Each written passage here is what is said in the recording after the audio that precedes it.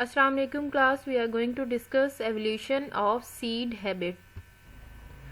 Plant kingdom का अगर overall review किया जाए तो उसकी जितनी भी चीज़ें हैं उनको स्टडी करके ये पता चलता है कि जो सीड प्लांट्स होते हैं जिनको स्पर्मेटोफाइट्स कहा जाता है वो प्रीडोमिनेट करते हैं नॉन सीड वस्कुलर प्लांट्स पे। मींस के जिनके अंदर सीड प्रेजेंट होते हैं वो प्लांट जो होते हैं वो ज़्यादा वेल डेवलप्ड हैं, वो ज़्यादा प्रेजेंट हैं, वो ज़्यादा डोमिनेट करते हैं over that plants which do not have seeds.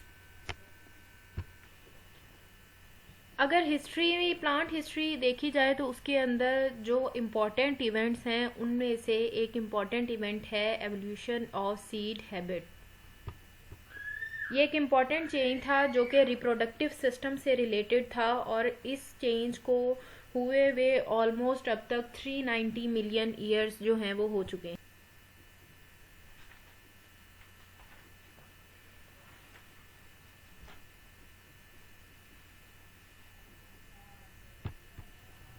First complete seed जो है वो अब से ऑलमोस्ट 365 मिलियन ईयर्स अगो जो है लेट डिवोनियन टाइम्स के अंदर प्रोड्यूस हुआ था। डिवोनियन क्या है? अगर आप टाइम पीरियड्स देखें बायो के अंदर आपकी बुक के स्टार्टिंग में दिए गए हैं, उसमें डिफरेंट टाइम पीरियड्स हैं, डिवोनियन, सिलोरियन, इस तरह करके अलग अलग टाइम पीरियड्स हैं। तो 365 मिलियन ईयर्स अगो जो टाइम पीरियड था उसको डिवोनियन कहा जाता है। तो लेट डिवोनियन पीरियड में जो थे इनकी जो फर्स्ट कंप्लीट सीड था ऑब्जर्व किया गया था। फर्टिलाइज्ड ओव्यूल को सीड कहा जाता है। टेक्निकली ये डेफिनेशन है सीड की कि सीड जो है वो फर्टिलाइज्ड ओव्यूल कहलाता है।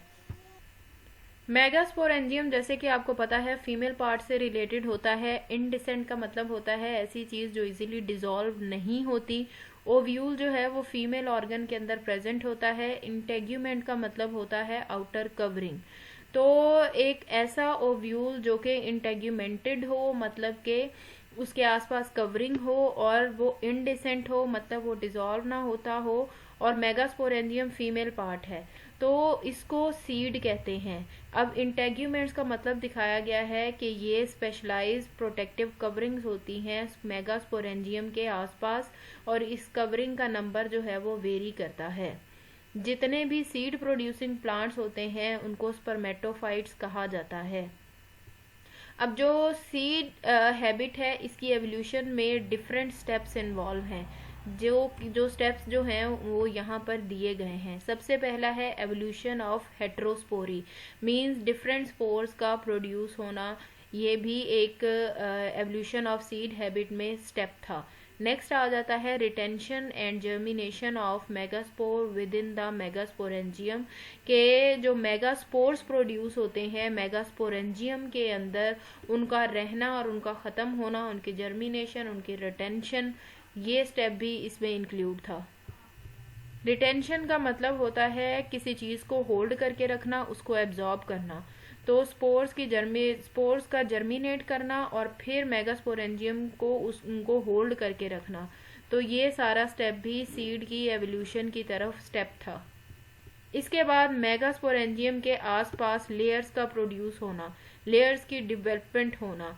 डिफरेंट प्लांट्स के अंदर सीड्स के आसपास जो लेयर्स होती हैं उनका नंबर जो है वो वेरी करता है।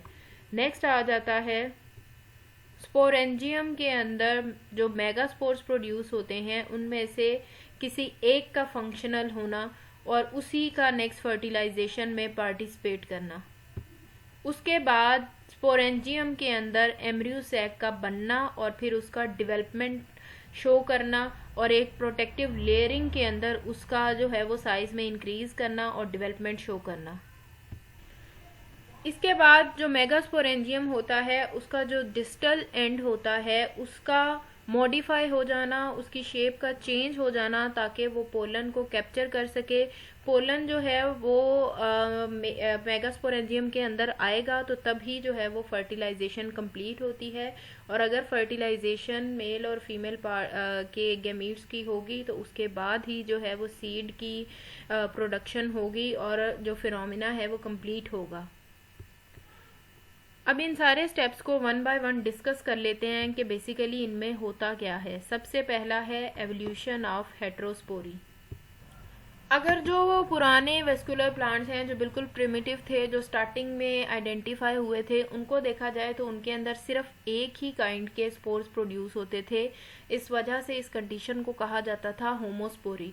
होमो का मतलब होता है वन या सेम, तो उनमें सिर्फ एक ही तरह के स्पोर्स जो थे वो प्रोड्यूस होते थे, तो इस कंडीशन को होमोस्पोरी कहा जाता था। जितने भी लैंड प्लांट्स हैं जो कि टेरिडोफाइट्स तक हैं, वो सारे के सारे जो हैं होमोस्पोरस हैं। जब एवोल्यूशन होना स्टार्ट हुई, एवोल्यूशन का फेज स्टार्ट हुआ, तो उस टाइम पे कुछ प्लांट के ग्रुप्स ने दो तरह के स्पोर्स प्रोड्यूस करना स्टार्ट कर दिए। एक स्मॉल होते थे और एक लार्ज होते थे। जो स्मॉलर वन थे उनको माइक्रोस्पोर्स कहा गया और जो लार्जर वन थे उनको मेगास्पोर्स कहा गया। अब जो माइक्रोस्पोर्स थे वो माइक्रोस्पोरेंजिया के अंदर जर्मिनेट होते हैं, और माइक्रोस्पोरेंजिया के अंदर जर्मिनेशन शो करने के बाद वो मेल गैमीट्स जो हैं उनकी फॉर्मेशन करते हैं, जिसको मेल गैमीट भी कहते हैं और माइक्रो गैमीटोफाइट भी कहते हैं। जो मेगास्पोर्स होते हैं वो फीमेल से रिलेटेड होते हैं, वो फीमेल गैमीटोफाइट बनाते हैं। उसको फीमेल गैमीटोफाइट भी कहा जाता है और उसको मेगा गैमीटोफाइट भी कहा जाता है। तो इसके अंदर आपने होमोस्पोरी देखना है, होमोस्पोरस देखना है, मेगास्पोर और माइक्रोस्पोर का डिफरेंट देखना है, माइक्रो गैमीटोफाइट और मेगा गैमीटोफाइट का डिफरेंस भी आपने देखना है। नेक्स्ट पॉइंट आ जाता है retention and germination of megaspores with in the megasporangium. Normally जो हेट्रोस्पोरस वेस्कुलर प्लांट्स होते हैं, जो लैंड अडेप्टेड होते हैं, उनके अंदर जो उनका रिप्रोडक्टिव साइकिल होता है, उसमें जब मेगास्पोर्स जो है उनकी फॉर्मेशन होती है तो जल्दी ही वो जो है वो सेपरेट आउट हो जाती हैं, और उनके अंदर जो भी मटेरियल होता है वो विंड के ज़रिए से इन्वायरमेंट में यहाँ वहाँ स्प्रेड हो जाता है, डिस्पर्स हो जाता है, और फिर वो जर्मिनेशन शो करते हैं और उसके बाद फीमेल गैमीटोफाइट जो है उसकी फॉर्मेशन होती है।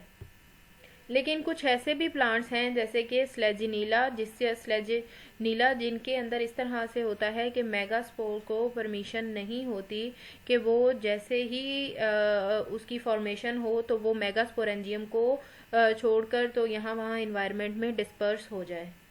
और कुछ ऐसे भी प्लांट्स होते हैं जिनके अंदर मेगास्पोर जो है वो परमानेंटली मेगास्पोरेंजियम के अंदर रहते हैं। और जिन प्लांट्स के अंदर मेगास्पोर जो है वो हमेशा के लिए मेगास्पोरेंजियम के अंदर रहते हैं, उनके अंदर मेगास्पोर जो हैं वो जर्मिनेट करते हैं, और जर्मिनेशन के बाद वो एग बनाते हैं जिसके अंदर जो है वो फिर फीमेल गैमीटोफाइट की फॉर्मेशन होती है। तो आपने इसमें डिफरेंट तरह के प्लांट देखे, एक वो जिनके अंदर जैसे ही मेगास्पोर जो है वो प्रोड्यूस होता है तो वो मेगास्पोरेंजियम से अलहदा हो जाता है और इन्वायरमेंट में यहाँ वहाँ डिस्पर्स हो जाता है, जहाँ कहीं सूटेबल कंडीशन मिलती है वहाँ पे जर्मिनेशन शो कर देता है। और एक ऐसे प्लांट जिनके अंदर मेगास्पोर जो है वो फौरन से मेगास्पोरेंजियम से सेपरेट आउट नहीं हो सकता, कुछ टाइम रहता है उसके बाद सेपरेट आउट होता है। और कुछ ऐसे प्लांट्स होते हैं जिनमें मेगास्पोर मेगास्पोरेंजियम से कभी भी अलग नहीं होते, हमेशा के लिए उनके अंदर ही रह जाते हैं स्टोर होके, वहीं पे फिर जर्मिनेशन शो करते हैं और फीमेल गैमीटोफाइट की फॉर्मेशन करते हैं। नेक्स्ट स्टेप आ जाता है development of protective layers around megasporangium. At time ऐसा होता है कि ब्रांच लाइक स्ट्रक्चर जो स्पोरोफाइट होते हैं वो मेगास्पोरेंजियम के साथ फ्यूजन शो करते हैं और उसके आसपास मेगास्पोरेंजियम के आसपास एक प्रोटेक्टिव लेयर या इन्वेलप जिसको इंटेग्यूमेंट भी कहते हैं उसको बना लेते हैं, जो कि उसकी प्रोटेक्शन करता है फ्रॉम इन्वायरमेंटल हार्म्स। मेगास्पोरेंजियम जो होती है वो टोटली उस इंटेग्यूमेंट के अंदर, उस कवरिंग के अंदर लॉक हो जाती है और वो बिल्कुल भी डिजॉल्वेबल नहीं रहती। इनडिसेंट का मतलब होता है वो चीज़ जो आसानी से डिजॉल्व ना हो सके।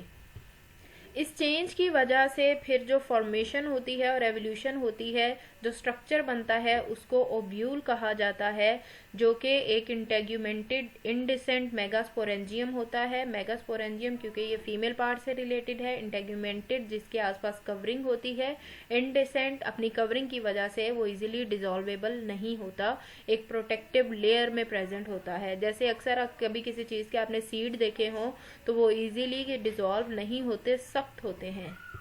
इस तरह से जो एग कंटेनिंग अपरेटस होता है जिसके अंदर फीमेल का फर्टिलाइज्ड एग होता है, फीमेल का वो पार्ट होता है जो कि फर्टिलाइज्ड होता है, जिसकी वजह से नेक्स्ट जनरेशन बढ़ती है। टेरेस्ट्रियल इन्वायरमेंट में हार्श कंडीशन में भी वो सरवाइव कर जाता है, क्योंकि उसके आसपास टफ लेयरिंग होती है। अगर वो कहीं यहाँ वहाँ गिर भी जाता है तो वो इजीली डिजॉल्वेबल नहीं होता। जहाँ कहीं पे हवा के ज़रिए या किसी जानवर के ज़रिए से वो किसी ऐसी जगह पहुँच जाए जहाँ पे टेम्परेचर या इन्वायरमेंटल कंडीशन सूटेबल हैं, तो वो वहाँ पर जाके ग्रो करना शुरू कर देता है अपने एक प्रॉपर इन्वायरमेंट के अकॉर्डिंग। जैसे कि बीज लगाने का भी एक मौसम होता है, हर बीज हर मौसम में ग्रो नहीं करता। तो जब प्रॉपर जो है वो वेदर कंडीशंस मिलती हैं, proper environment, proper temperature, pH, water, light, सारी चीज़ें मिलती हैं, तो सीड जो है वो ग्रोथ शो करना स्टार्ट कर देता है। नेक्स्ट आपका पॉइंट है reduction to a single functional megaspore per sporangium. Megasporangium के अंदर जो मेगास्पोर मदर सेल होता है वो 4 गेमेटोफाइट्स की प्रोडक्शन करता है। अब अगर 4 होंगे तो चारों को फूड प्रोवाइड करना, चारों को प्रॉपर स्पेस देना, चारों को प्रॉपर इन्वायरमेंट देना, चारों को प्रॉपर नरिशमेंट देना बहुत ज़्यादा टफ हो जाता है। तो वस्कुलर प्लांट्स ने एक स्ट्रेटजी अपनाई कि 4 गेमेटोफाइट्स को आगे लेकर चलने की जगह इतनी ज़्यादा कंजस्टेड स्पेस में और चारों को थोड़ा थोड़ा न्यूट्रिशन देने की जगह ये किया जाए कि 3 को अबॉर्ट कर दिया जाए, जो एक सबसे ज़्यादा हेल्दी है, सबसे ज़्यादा स्ट्रॉन्ग है, उसको चांस दिया जाए और उसको फिर फीमेल गेमेटोफाइट के अंदर कन्वर्ट किया जाए। तो इस तरह से मेगास्पोर जो है मेगास्पोरेंजियम के अंदर प्रोड्यूस 4 गेमेटोफाइट्स को करती है, लेकिन स्पेस और फूड की किल्लत होने की वजह से प्लांट्स ने ये स्ट्रेटजी अपनाई कि उन्होंने 3 गेमेटोफाइट्स को अबॉर्ट करना स्टार्ट कर दिया और एक को जो है वो फीमेल गेमेटोफाइट की फॉर्म में सिलेक्ट कर लिया, जो कि फिर फर्दर प्रोडक्शन में हेल्प आउट करती है। नेक्स्ट आता है development of an embryo sac within the sporangium. अब जो एक हेल्दी मेगास्पोर जो है वो प्लांट जिसको सिलेक्ट करता है मेगास्पोरेंजियम के अंदर, वो जर्मिनेशन शो करता है, एग की फॉर्म में आता है, फिर फीमेल गेमेटोफाइट उसके अंदर होता है और जब ये एक प्रॉपर फॉर्म में आ जाता है तो इसको एम्ब्रियो सैक कहा जाता है। नेक्स्ट स्टेप आता है modification of distal end of megasporangium for pollen capture. जब ज़्यादातर मॉडिफिकेशन डेवलपमेंट में हो गई, जब बहुत से स्ट्रक्चरल चेंजेस भी आ गए, फंक्शनल चेंजेस भी आ गए, तो सीड हैबिट की जो डेवलपमेंट थी वो कंप्लीट होने लग गई। तो उस टाइम पे फिर एक और मॉडिफिकेशन हुई, एक और चेंज आया जिसमें मेगास्पोरेंजियम जो थी इंटेग्यूमेंटेड थी, मतलब उसके आसपास कवरिंग थी, इंडिसेंट थी, मतलब वो इजीली डिसॉल्व नहीं होती थी और वो परमानेंटली अटैच हो गई स्पोरोफाइट के साथ। फिर उसके बाद जो मेगास्पोरेंजियम का डिस्टल एंड था वो चेंज हो गया ताकि पोलन को वो कैप्चर कर सके। पोलन जो है वो माइक्रोस्पोर है इस तरह का जिसके अंदर मेल गेमेटोफाइट प्रेजेंट हो, क्योंकि प्लांट जो है वो पोलन को कैप्चर करेगा तभी जो है वो एग की फर्टिलाइजेशन होगी, और अगर फर्टिलाइजेशन होगी तभी जो है वो रिप्रोडक्शन की प्रोसेस जो है वो कंप्लीट होगी।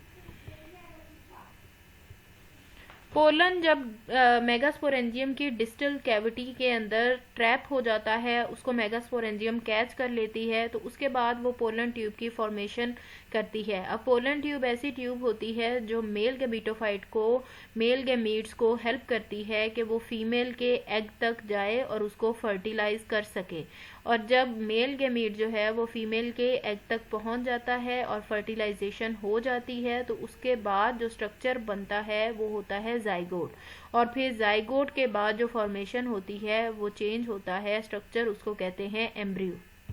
फर्टिलाइजेशन के बाद जो मेगास्पोरेंजियम या ओव्यूल होता है वो चेंज हो जाता है सीड में, और जो इंटेग्यूमेंट्स होती हैं, जो कवरिंग होती हैं, वो चेंज हो जाती हैं सीड कोट के अंदर, सीड कोट में। और सीड कोट ही वो स्ट्रक्चर होता है जो सीड को प्रोटेक्ट करता है, और सीड के अंदर ही सारा फूड भी स्टोर होता है, और इसीलिए जो है सीड पूरा पूरा साल जो है वो सेव रहते हैं, वहीं पर अपनी स्टोर्ड फॉर्म में रहते हैं। और जब कभी उनको दोबारा बोया जाता है सीजन के अंदर, उनको खाद दी जाती है, पानी दिया जाता है, उनको ज़मीन के अंदर लगाया जाता है, तो फिर उससे जो है वो न्यू प्लांट जो है वो ग्रोथ करना शुरू कर देता है। सीड जो है वो डेवलपिंग एम्ब्रियो को फूड प्रोवाइड करता है, प्रोटेक्शन देता है ऐसी कंडीशन में जब कंडीशन जो है वो अनफेवरेबल होती हैं, जब चाहे टेम्परेचर एक्सट्रीम है, चाहे सीड के ग्रो करने का सीजन नहीं है, जो भी चेंज है उसके अंदर सीड जो है वो डेवलपिंग एम्ब्रियो को सेव करके रखता है। सीड हैबिट की डेवलपमेंट और इसकी एवोल्यूशन जो थी वो प्लांट्स के लिए बहुत बड़ी सक्सेस थी, और यही रीज़न है कि प्लांट्स ने लैंड के ऊपर परमानेंटली अपना बसेरा किया, और प्लांट्स जो हैं वो आज तक लैंड के ऊपर सक्सेसफुली रह रहे हैं। नेक्स्ट आती है क्लास जिम्नोस्पर्मी। इसके अंदर जिम्नोस्पर्म्स आते हैं। ये ऐसे प्लांट्स हैं जिनके अंदर सीड प्रोड्यूस होता है और वर्ल्ड वाइड ये प्रेजेंट हैं, हर जगह ये पाए जाते हैं। दुनिया में ऑलमोस्ट 1/3 जो फॉरेस्ट हैं वो इन्हीं की वजह से हैं। जिम्नोस्पर्म्स जो हैं वो ऐसे प्लांट्स होते हैं जो हेट्रोस्पोरस होते हैं, लेकिन सीड भी प्रोड्यूस करते हैं, लेकिन वो फ्रूट्स नहीं बनाते। जो टर्म जिम्नोस्पर्मी है इसका मतलब है naked seeded. Gymno stands for naked and sperma stands for seed. इसका मीनिंग आपने याद करना है, मतलब कि इनके सीड्स जो हैं वो किसी प्रोटेक्शन में या प्रोटेक्टेड बॉडी के अंदर सेव नहीं होते, बल्कि इनके सीड जो हैं वो नेकेडली प्रेजेंट होते हैं। इनके अंदर जो फर्टाइल लीव्स होते हैं जैसे कि मेगास्पोरोफिल्स, इनके ओव्यूल जो हैं वो उन्हीं के ऊपर बॉर्न होते हैं। मीन्स के ओपनली इन्वायरमेंट में लीव्स के ऊपर ही इनके जो सीड्स होते हैं, जो इनका ओव्यूल होता है वो प्रेजेंट होता है। अब ये जो ओव्यूल होता है वो एंजियोस्पर्म्स की तरह किसी प्रोटेक्टिव लेयरिंग में नहीं होता, बल्कि ओपनली इन्वायरमेंट में फर्टाइल लीव्स के ऊपर उनकी सरफेस पे प्रेजेंट होता है। इनका जो ग्रुप फिलिसिनी है, फिलिसिनी की तरह इनके अंदर भी हेट्रोमॉर्फिक अल्टरनेशन ऑफ जनरेशन जो है वो होती है। फिलिनेसी के अंदर जो है वो फर्न्स आते हैं। इनके अंदर जो स्पोरोफाइट होता है वो इंडिपेंडेंट होता है, डोमिनेंट होता है, और लेकिन लेस कॉन्स्पिकियस होता है। कॉन्स्पिकियस का मतलब होता है क्लियर, बहुत ज़्यादा वाजे नहीं होता। और इनका जो गैमीटोफाइट होता है वो इंडिपेंडेंट नहीं होता बल्कि डिपेंडेंट होता है। डिपेंडेंट का मतलब है कि वो खुद से अगर सेपरेट कर दिया जाए तो ग्रो नहीं कर सकता, उसको अपनी नरिशमेंट के लिए स्पोरोफाइट की ज़रूरत पड़ती है। जबकि स्पोरोफाइट जो है वो डोमिनेंट होता है, उसको गैमीटोफाइट ना भी हो तो वो अपना सर्कल जो है वो चला सकता है। इनकी जो फीमेल गैमीटोफाइट होती है वो परमानेंटली ओव्यूल के अंदर रहती है। इनके अंदर 2 तरह के स्पोर्स होते हैं, एक को माइक्रोस्पोर कहा जाता है, एक को मेगास्पोर कहा जाता है। माइक्रोस्पोर्स जो हैं वो माइक्रोस्पोरोफिल्स के अंदर डेवलपमेंट शो करते हैं, मेगास्पोर जो हैं वो मेगास्पोरोफिल्स के अंदर डेवलपमेंट शो करते हैं। मेगास्पोरोफिल जिसके अंदर ओव्यूल्स प्रेजेंट होते हैं वो फोल्डेड फॉर्म में इसमें प्रेजेंट नहीं होते, बल्कि वो जॉइंट फॉर्म में प्रेजेंट होते हैं मार्जिन्स के आसपास, और ये ओवरी की फॉर्मेशन करते हैं। यही रीजन है कि इसके अंदर जो मेगास्पोरोफिल्स पे सीड्स होते हैं वो नेकेड होते हैं, कवरिंग में प्रेजेंट नहीं होते।